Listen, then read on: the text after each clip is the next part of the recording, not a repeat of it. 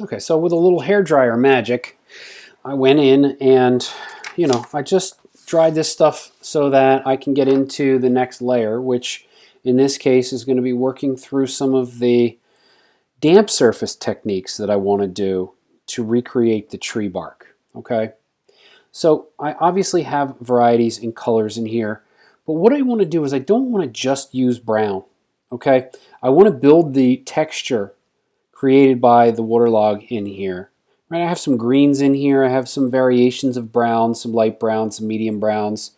And instead of just going with a straight brown, I'm going to have some variations. And in this case, I'm going to work on a damp surface. So I just take some clean water and I'm going to go in on anywhere that I have tree. Okay. And I can still see my pencil lines, even though I have some blue over top of them, I can still see them.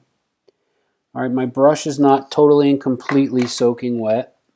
It's just damp. I've got a fairly significant part of the branch over here. You can see some of the blue is getting picked up. That's okay.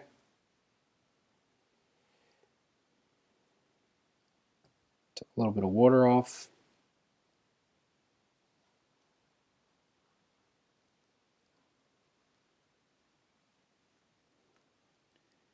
And again, if you don't know if you're getting water where you need it, you can kind of tilt your head to take a look just to see if the paper's kind of shiny where you need it to be.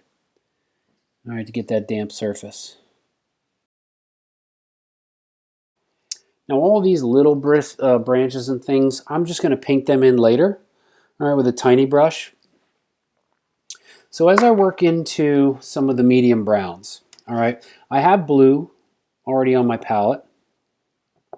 So I'm going to take some brown and I'm going to just mix up this area of my tray with a pale wash of brown. And while I'm setting up some of these brown colors that I want to use, so I've got a pure brown right in here. I've got a pretty dark version of the pure brown right in here.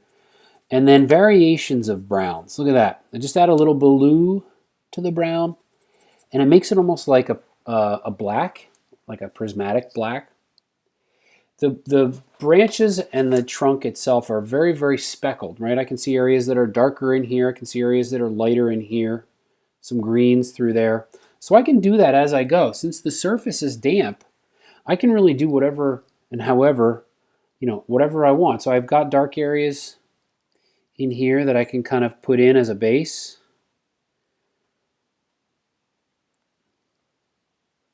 And that's just starting in on some of these areas right here. I'm just going to keep going and I'm going to clean my brush and build lights and darks as I go.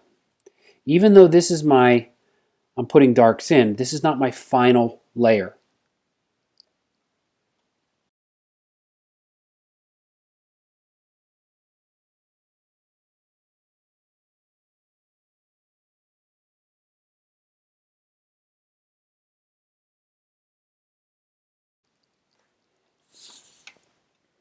A very, very light area up in here, and it gets a little bit darker as I work my way down. So I can build it light to dark, kind of blend it into what I have down through here, this main part of the trunk. Again, the photograph was a vertical, but for now, it doesn't really matter. I'm just kind of working it in horizontally.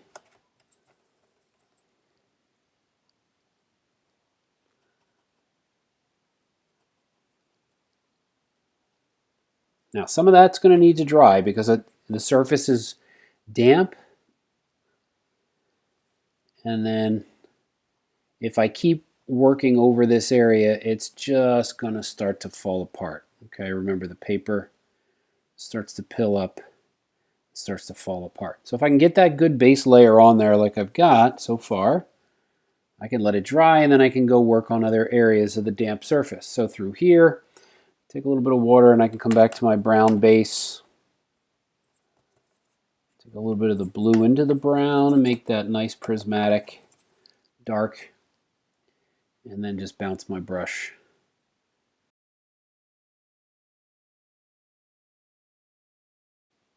And I'm just putting a little bit of dark at the bottom of this branch because the light is above it.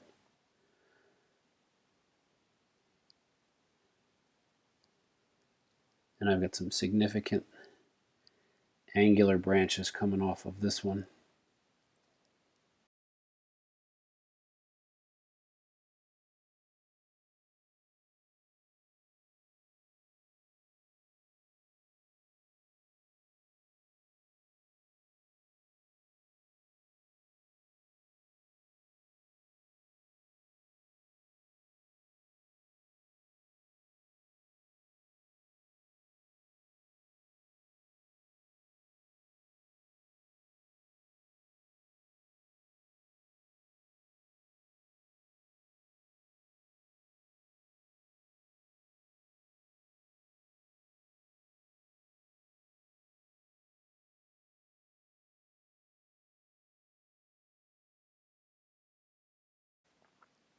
So now I'm just going to let layer 2 dry before I start going back in and putting in some of the branches, and of course last the pinks with the flowers.